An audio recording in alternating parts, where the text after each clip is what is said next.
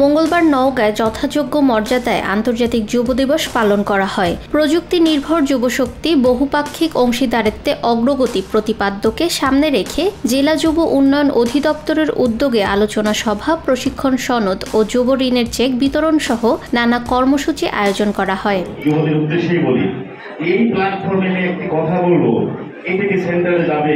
আদৌ যাবে না, কিন্তু বাস্তবতা কিন্তু আলাদা। আমি নিজে দেখছি, কারণ আমার তো 25-এর উপরে হয়ে গেল যুব দিবস পালন করা। আমরা এখানে যেটা বলি আজ হোক কাল হোক সেটা বাস্তবায়ন হবে এবং হয়েছে, সেই আউটপুটটা দিই। আমরা কিন্তু আগে থেকে বলতে আমাদের যুবদেরকে একটা রেজিস্ট্রেশন দেওয়া হোক, আমরা রেজিস্ট্রেশন পেয়েছি। জেলা প্রশাসক মোহাম্মদ আব্দুল আউয়ালের সভাপতিত্বে অনুষ্ঠানে বিশেষ অতিথি হিসেবে উপস্থিত ছিলেন police super Shafiul Sarwar BPM, উপজেলা নির্বাহী কর্মকর্তা মোহাম্মদ ইবনুল আবেদিন। অনুষ্ঠানে যুবকদের শপথ বাক্য পাঠ এবং পরিচ্ছন্নতা অভিযানও পরিচালিত হয়। জাতিসংঘ ঘোষিত এই দিবসটি প্রথম পালন শুরু হয় 2000 সালে, যার মূল উদ্দেশ্য বিশ্বের যুব সমাজের উন্নয়ন ও ক্ষমতায়নে সচেতনতা বৃদ্ধি করা।